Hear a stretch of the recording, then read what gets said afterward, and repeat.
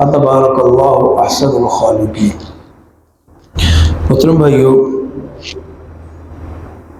صاحب نے سورہ کہف کے بارے میں کچھ کہا ہے، پہلے میں اس کے بارے میں کچھ بتا دوں، پھر انشاءاللہ آج کی گفتگو کرتے ہیں۔ کل ہم نے سورہ کہف پڑھی تھی، تو یہ بات ذہن میں رکھیں کہ اس کے کئی ایک فضائل ہیں۔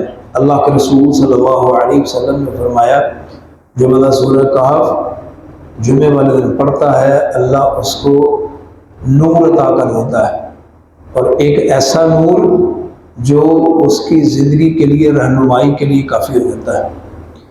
اور پھر سورہ کہف کی بالخصوص ابتدائی 10 آیات، اللہ کے رسول نے فرمایا اگر کوئی بندہ ان کو حفظ کر لیتا ہے تو اور اس کے دور میں پھر دجال آ جائے تو اللہ اس کو دجال کے فتنے سے محفوظ رکھے گا۔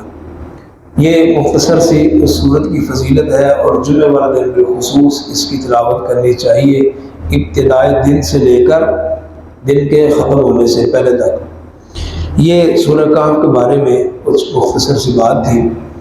آج ہم نے اللہ کی توفیق سے 17واں پارہ مکمل کیا، اور 18ویں کا یعنی سورہ مومنون کا کچھ حصہ تلاوت کیا ہے 2 رکوع پہلے۔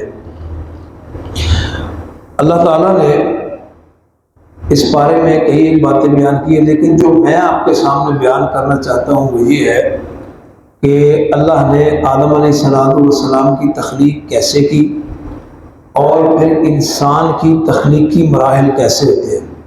ماں کے پیٹ کے اندر اللہ نے سورہ حج اس کے پہلے رکوع میں بھی یہ کچھ منظر بیان کیا ہے، اسی طرح سورہ مومنون کی جو ہم نے تلاوت کی ہے اس کی ابتدا میں بھی اللہ نے یہ کچھ منظر بیان کیا ہے جو ہماری نگاہوں سے اوجھل ہے۔ ہم کو نہیں پتا، ہم بس بچے کی پیدائش پر مٹھائیاں تقسیم کرتے ہیں، ہم کو یہ نہیں پتا کہ اس کے پیچھے کون کون سے مراحل ہیں اور کن کن مراحل سے گزرتا ہوا انسان دنیا میں آتا ہے۔ تو اس کے بارے میں کچھ گفتگو کروں گا اللہ کی توفیق سے۔ سب سے پہلے یہ بات ذہن میں رکھیں کہ ہم جس اللہ کو ماننے والے ہیں اس اللہ نے سورہ حج کے آخری رکوع میں اپنا تعارف کروایا ہے کہ لوگوں، جس کو تم اللہ کے علاوہ پکارتے ہو وہ انسان بنانا تو بڑی بات ہے، لَن يَخْلُقُوا ذُبَابًا، وہ ایک مکھی بھی نہیں بنا سکتے، وہ تو وہ ہے۔ پھر اس کے بعد اللہ کیا بناتا ہے؟ اللہ انسان بنا دیتا ہے۔ اللہ نے انسان بنایا، وَلَقَدْ خَلَقْنَا الْإِنسَانَ مِنْ صُلَالَةٍ مِنْ طِينٍ، اللہ نے مٹی سے آدم علیہ السلام کو بنایا، اور آدم علیہ السلام کی فضیلت یہ ہے، اللہ نے فرمایا کہ خَلَقْتُ بِيَدَيَّ، میں نے اپنے ہاتھوں سے آدم کو تخلیق کیا ہے۔ اس کی جو مٹی تھی آدم علیہ السلام کی، وہ خود اللہ نے اپنے ہاتھوں سے بو دی ہے۔ تو یہ اللہ کے رسول صلی اللہ علیہ وسلم نے ہم کو بتایا۔ سورہ جو مومنون پڑھی اس کی ابتدائی آیات میں نے آپ کے سامنے تلاوت کی ہے، لیکن اللہ کے رسول کی ایک حدیث ہے ابو داؤد کی، اس حدیث سے ہم کو یہ بھی ملتا ہے کہ بندوں کے مزاج کیوں مختلف ہوتے ہیں۔ آدم کی تخلیق کا بھی پتہ چلتا ہے اس روایت سے، اور یہ بھی پتہ چلتا ہے کہ انسانوں کے مزاج کیوں مختلف ہوتے ہیں۔ کوئی کالا ہے، کوئی گورا ہے، کوئی سفید ہے، کوئی کس طرح کا ہے، کوئی سخت طبیعت کا ہے، کوئی نرم مزاج آدمی ہے۔ یہ کیوں ہے؟ اللہ کے رسول صلی اللہ علیہ وسلم نے فرمایا، ان اللہ خلق آدم من قبضۃ، لوگوں اس بات کو یاد رکھو، اللہ تعالیٰ نے آدم علیہ السلام کو ایک مٹھی مٹی کے ساتھ پیدا کیا، اور وہ مٹی کیسی تھی؟ قبضها من جمیع الارض، ساری زمین سے اللہ نے وہ مٹی اکٹھی کی تھی۔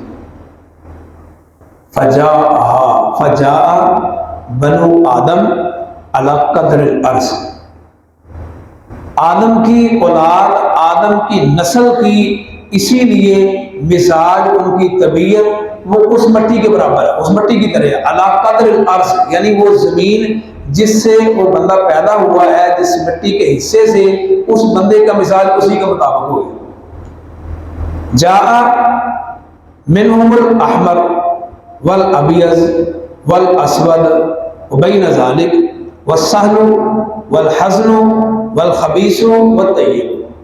اللہ کے رسول نے فرمایا کہ اب انسانوں کا مزاج اس مٹی کے مطابق بن گیا کہ کوئی کسی کا رنگ سرخ ہو گیا، کسی کا سفید ہو گیا، کسی کا کالا ہو گیا، اور بین ذالک اور کسی کا ان کے درمیان ہو گیا، کوئی گندمی رنگ ہو گیا، کوئی کس طرح کا ہو گیا۔ اور والسہل والحزن، کوئی آسانی پیدا کرنے والا ہے، کوئی غم دینے والا ہے، والخبیث والطیب، اور کوئی گندے مزاج کا آدمی ہے، کوئی نجاست کو پسند کرنے والا ہے، کوئی پاکیزگی اور طہارت کو پسند کرنے والا ہے۔ یہ سارے کے سارے مزاج انسانوں کے کیوں بنے؟ اس مٹی کے اختلاف کی وجہ سے، اور اللہ نے اسی مٹی سے آدم علیہ السلام کو پیدا کیا۔ یہ تخلیق آدم۔ پھر آگے انسان کی تخلیق کا جو سلسلہ چلا ہے، ظاہر وہ مٹی سے نہیں ہے، وہ تو ایک پانی کے قطرے سے اللہ نے ایک سلسلہ چلایا ہے۔ وَلَقَدْ خَلَقْنَا الْإِنسَانَ مِنْ صُلَالَةٍ مِّن طِينٍ ثُمَّ جَعَلْنَاهُ نُطْفَةً فِي قَرَارٍ مَّكِينٍ، کہ ہم نے اس پانی کے ایک قطرے کو ایک محفوظ مقام پر اس کو قرار دے دیا جہاں اس کو کوئی نقصان ہی نہیں ہے۔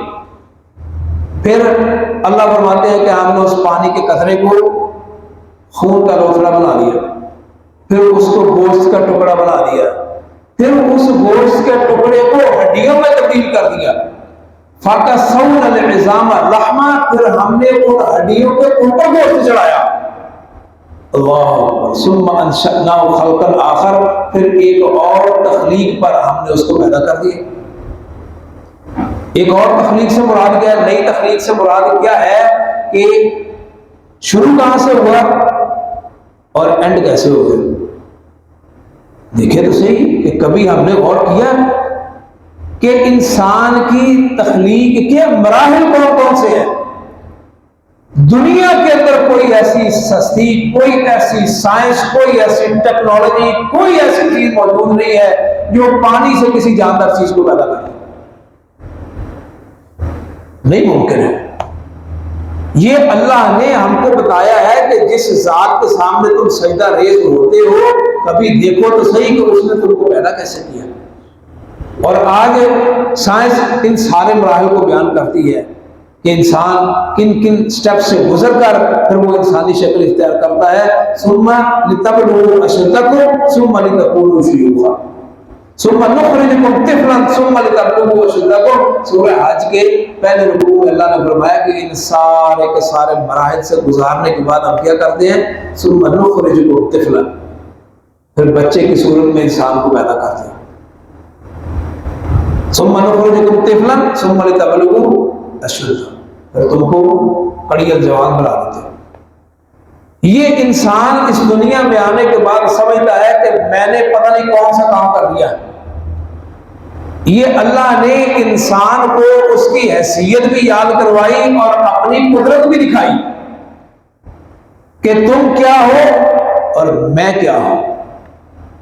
میں انسان کی حیثیت اس طرح بیان کیا کرتا ہوں کہ آپ یقین کریں، یہ ساری کی ساری اللہ نے کائنات بنائی۔ اللہ فرماتے ہیں لَخَلْقُ السَّمَاوَاتِ وَالْأَرْضِ أَكْبَرُ مِنْ خَلْقِ النَّاسِ۔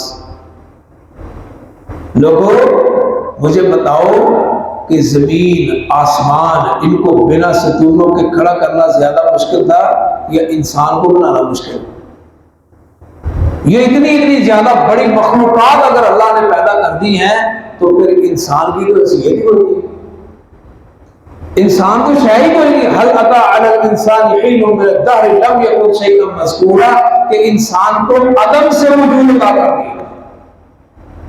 ایک ہوتا ہے کہ کوئی چیز، کوئی نمونہ، کوئی سیمپل موجود ہے، اس کی طرف دیکھا اور کوئی چیز بنا دی، جبکہ انسان ایک ایسی تخلیق ہے کہ اس جیسی کوئی چیز کائنات کے اندر تھی ہی نہیں، اللہ نے اس کو عدم سے وجود عطا کر دیا۔ هل اتى على الانسان حين من الدهر لم يكن شيئا مذكورا، تمہارا کوئی نام و نشان ہی نہیں تھا، اللہ نے تم کو بنا دی۔